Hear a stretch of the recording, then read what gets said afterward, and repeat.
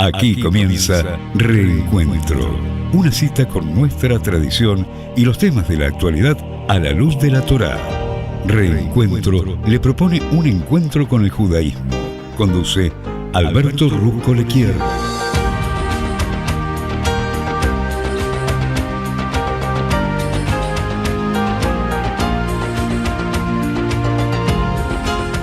Aquí Alberto Rusco Lequier nuevamente está en comunicación con todos ustedes para hablar de los exquisitos e inagotables manantiales de sabiduría de la Torá.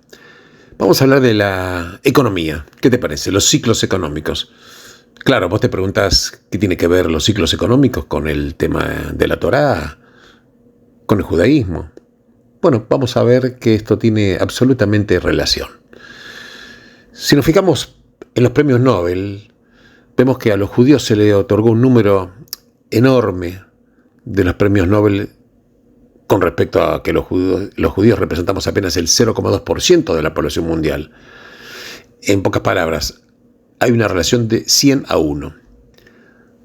Pero todavía hay una desproporción enorme que se refleja en el campo de la economía, porque desde el año 1969, que fue el primer premio Nobel de Economía que fue otorgado, en total fueron 78 receptores aproximadamente, pero 28 de los cuales son judíos aproximadamente, o sea que más del 35% de los premios Nobel son otorgados a judíos.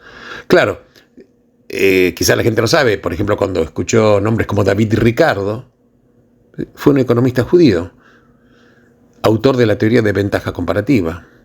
Y según el famoso economista Samuelson, fue la única no obvia y verdadera teoría de las ciencias sociales. Pero también habrás escuchado de la teoría de los juegos. Bueno, el autor fue John von Neumann. También Milton Friedman, que habló de la economía monetaria. Kenneth Arrow, la economía del bienestar. Joe Stiglitz y Jeffrey Sachs, ya en estos tiempos, que hablan de la economía del desarrollo. Y también cuántas otras personas muy, muy conocidas. Y también personalidades muy conocidas que lo habrás escuchado nombrar estos nombres. Precisamente Larry Summers, Alan Greenspan, James Wolfenson, Janet Yellen, que es la actual secretaria del Tesoro de Estados Unidos, Stanley Fischer, que en su momento también fue director del Banco Central de Israel, que también tenía un puesto enormemente importante en el gobierno norteamericano. Pero ¿por qué te comento esto? Porque está relacionado con la parashá de esta semana que se refiere a Yosef. Que la verdad que si te pones a pensar, Yosef fue el primer economista del mundo. ¿Te acordás el sueño del faraón? Que el faraón había soñado con 7 vacas gordas y 7 vacas flacas. Y entonces cuando Yosef interpreta los sueños del faraón, él en realidad desarrolló la teoría de los ciclos comerciales, que son 7 años de abundancia seguidos por otros 7 años de escasez. Un ciclo que en la economía a través de la historia se mantiene. Hay épocas de crecimiento o épocas de depresión. Entonces, ¿qué hizo Yosef? Yosef intuyó con mucha inteligencia. Yosef intuyó que cuando alguien sueña con vacas y cereales, probablemente esté en su inconsciente un tema macroeconómico. Y la verdad que la naturaleza inquietante de los sueños le sugirió a Yosef que Dios le estaba mandando una advertencia anticipada de que iba a ocurrir un cisne negro, un fenómeno inusual, para el cual la economía no estaba preparada de ninguna manera. Y esto habrás escuchado hablar del cisne negro, ese hecho no previsto. Entonces, habiendo diagnosticado el problema, Yosef procedió a su solución. ¿Cuál fue? Aprovechó los 7 años de abundancia para acumular recursos para los años de escasez, que era una instancia apropiada para la planificación económica a largo plazo.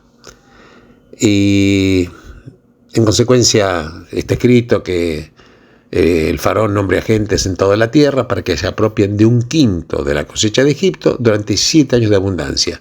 En pocas palabras, es el ahorro, para que quinto de la cosecha quede como reserva para el país. ¿Para qué?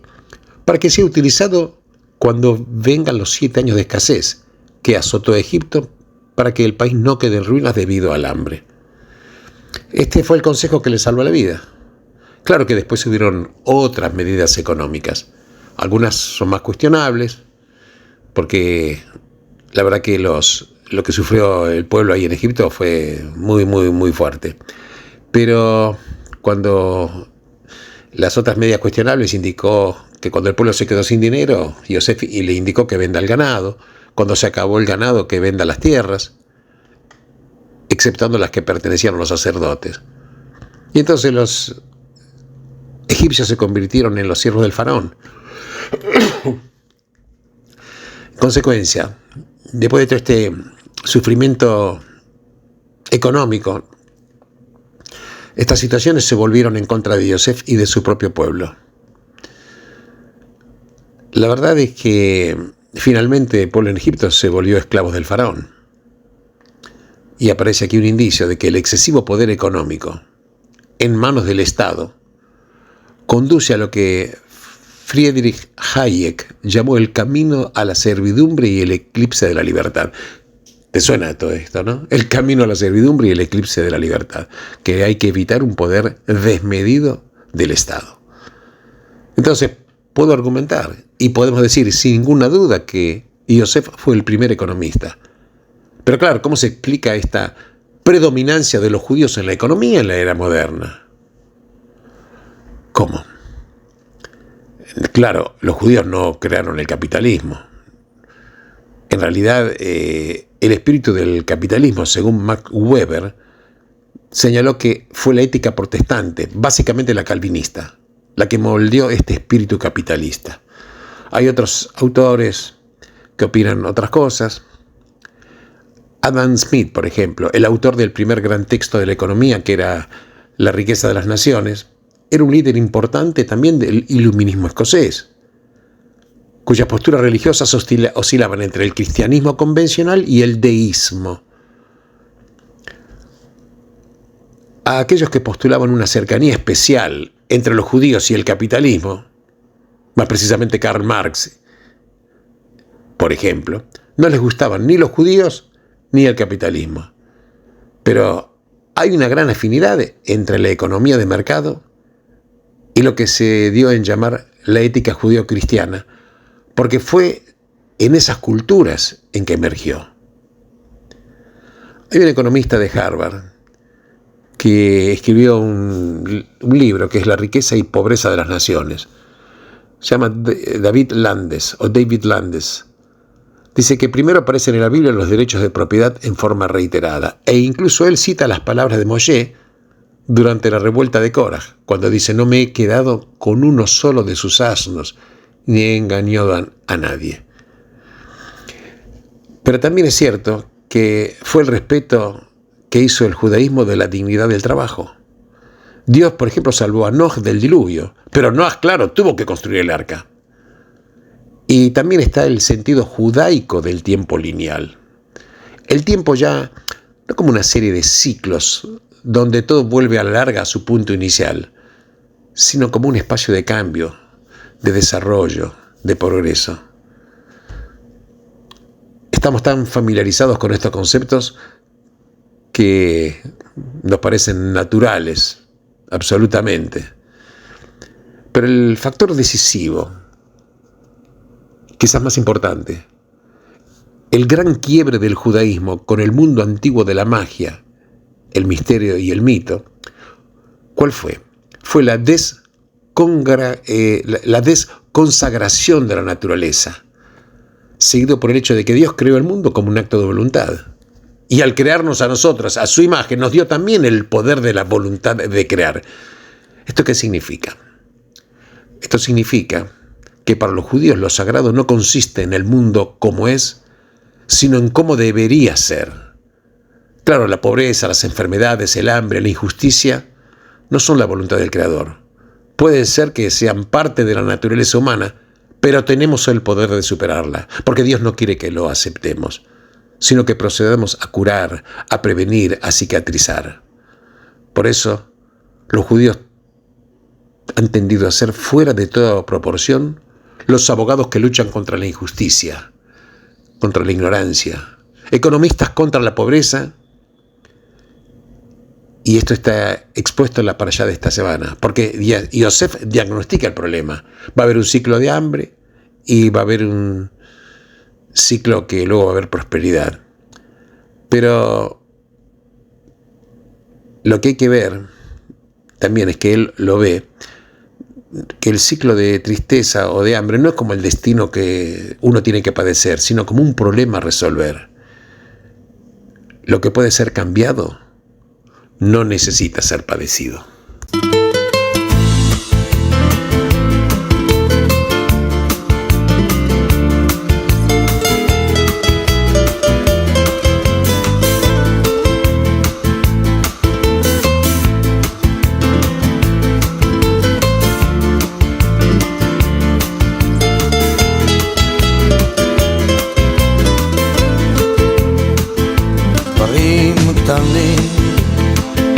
דברים פשוטים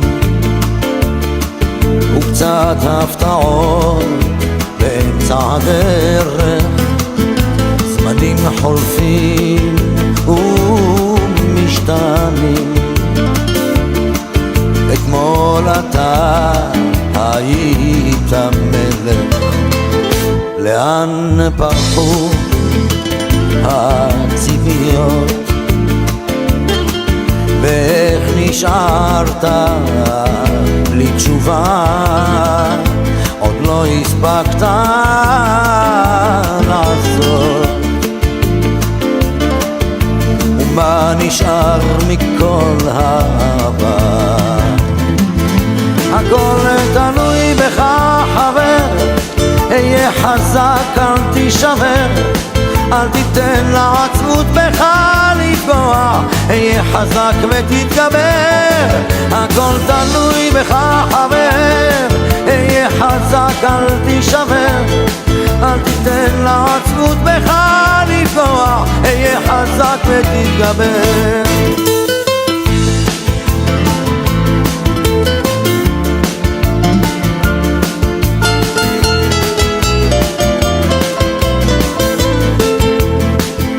קשה לראות, אך לפעמים גלגל נסגר באמצע הסיפור, ואין כבר כוח לגופך יותר למשוך.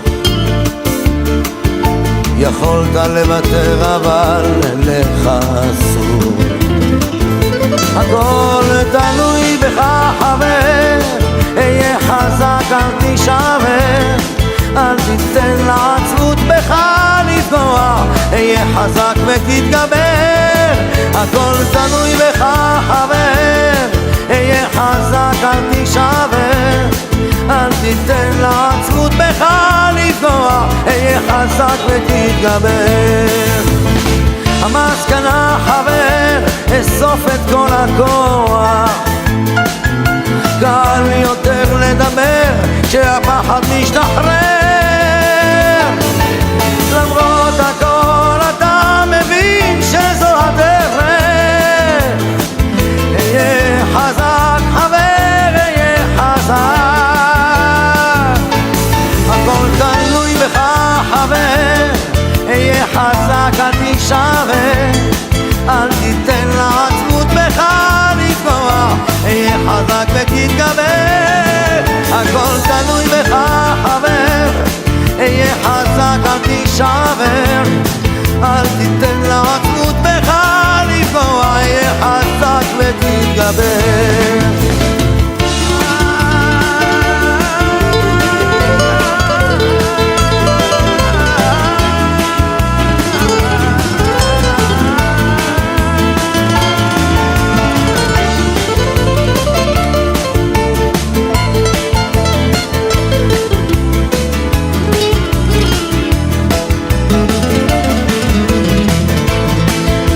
תלוי בך חבר, היה חזק אל תישבר, אל תיתן לעצמות בך לפגוע, היה חזק ותתגבר.